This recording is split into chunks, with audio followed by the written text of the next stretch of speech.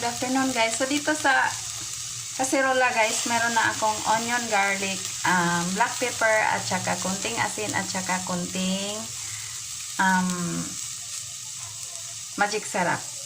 So ngayon guys, ilagay ko na ang achote oil. Ayan, achote oil na may paprika.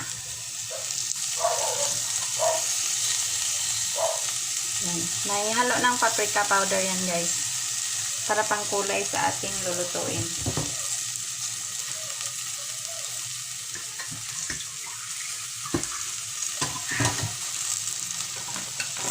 So haluin ko lang siya guys.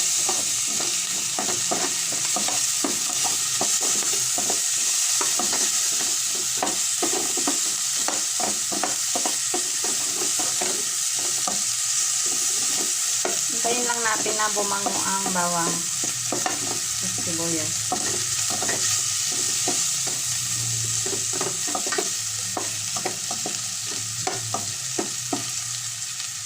Yan, nabango na siya guys. Ilagay ko na ang chicken feet. Chicken feet guys na napakuluan ko na sa pressure cooker. Yan.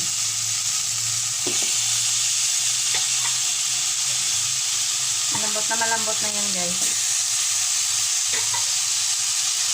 Pag gusto nyo mabilisan guys, gamit lang kayo ng pressure cooker. Ngayon lagyan natin ng konting sabaw guys.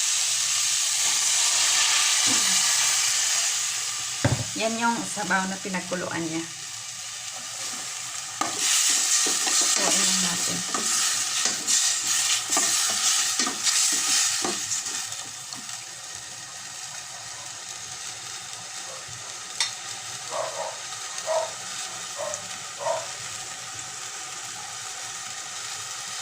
Ngayon guys, lagyan natin ng konting ketchup para lumapot. Yan ang ginamit ko guys lagi sa luto. UFC tamis anghang. Kasi nag-aagaw yung tamis at saka anghang.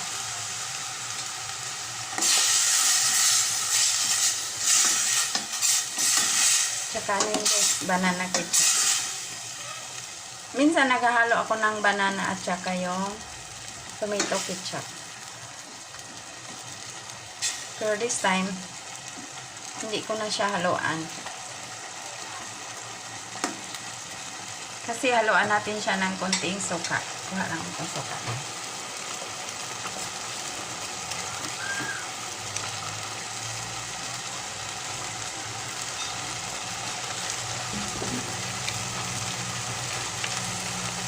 Lagyan natin siya ng maanghang na suka. Ayan. Maanghang na suka. Ayan.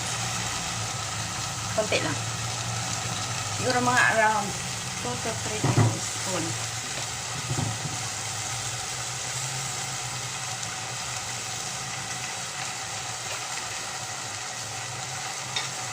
So, haluan lang natin guys.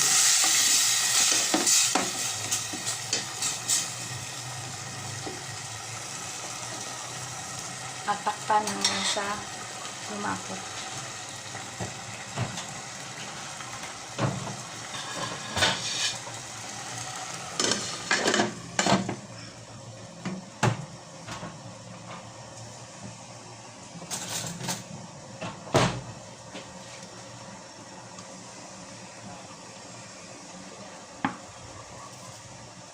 Malambot na guys kasi di ba pinakuluan natin sa pressure cooker. So ang gawa na lang dito pagpalapot at saka tikman. So tikman ko guys. Sarap na siya. Nag-aagaw yung asin, tamis, anghang.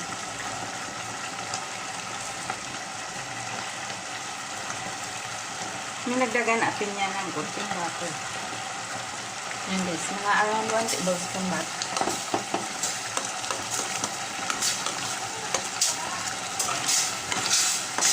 Para masarap yung sauce niya.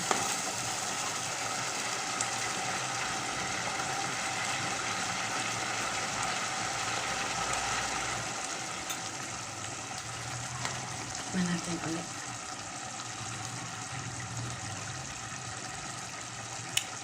Kulang na nga asukal.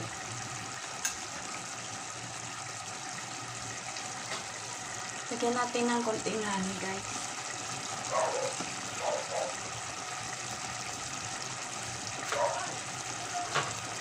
Ako naman.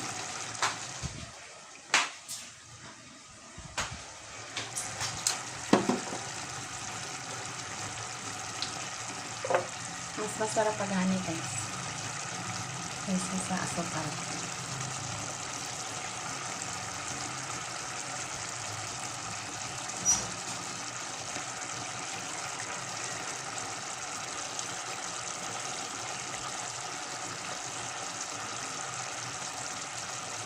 Ito ay cooking honey.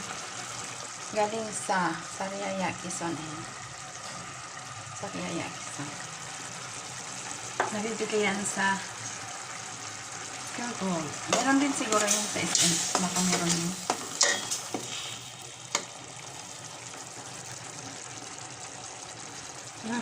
Masarap na siya, guys.